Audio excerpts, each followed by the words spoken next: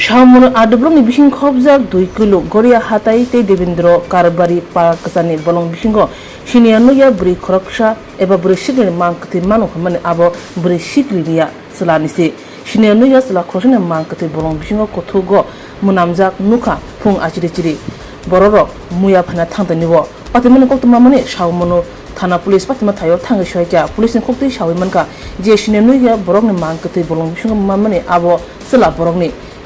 এখানে স্পটে এসেছেন যে ব্যক্তিটা মোরা পাইছেন এটা আপনারা কি চিনতে পারছেন?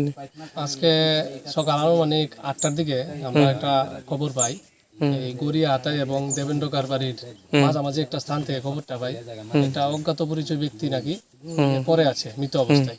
তো আমরা সামনু থানার স্টাফরা আমরা আসলাম, তো এখন এসে আমরা এখন বডি তো পেয়েছি, তো এখন আইডেন্টিফাই এখনো করতে পারিনি। তো আমাদের রুম আসবে, আরো কয়েকজন মানুষ আসবে, তাহলে আইডেন্টিফাই হওয়ার পরে আমরা নাম দাম সবকিছু জানতে পারবো ঘটনাটা কি। মৃত ব্যক্তিটা একটা ছেলে না মেয়ে? পুরুষ লোক। পুরুষ লোক। আনুমানিক কত বছরের মতো? এখন তো অনুমান করে বোঝা যাচ্ছে যে 45-46 হবে বয়সটা, এরকম আর কি। বাকিটা তো তদন্ত করে আমরা ডিটেলস পেলে বুঝবো আর কি। আনুমানিক কয়দিন হবে এখানে পড়ে রইছিল? আনুমানিক তো আমরা দেখে যেটা মনে করছি মানে 8-10 দিন হবে, 8-10 দিন এরকম হবে আর কি। আপনার নামটা স্যার? আমার SI Mizul Majumdar. Thank you.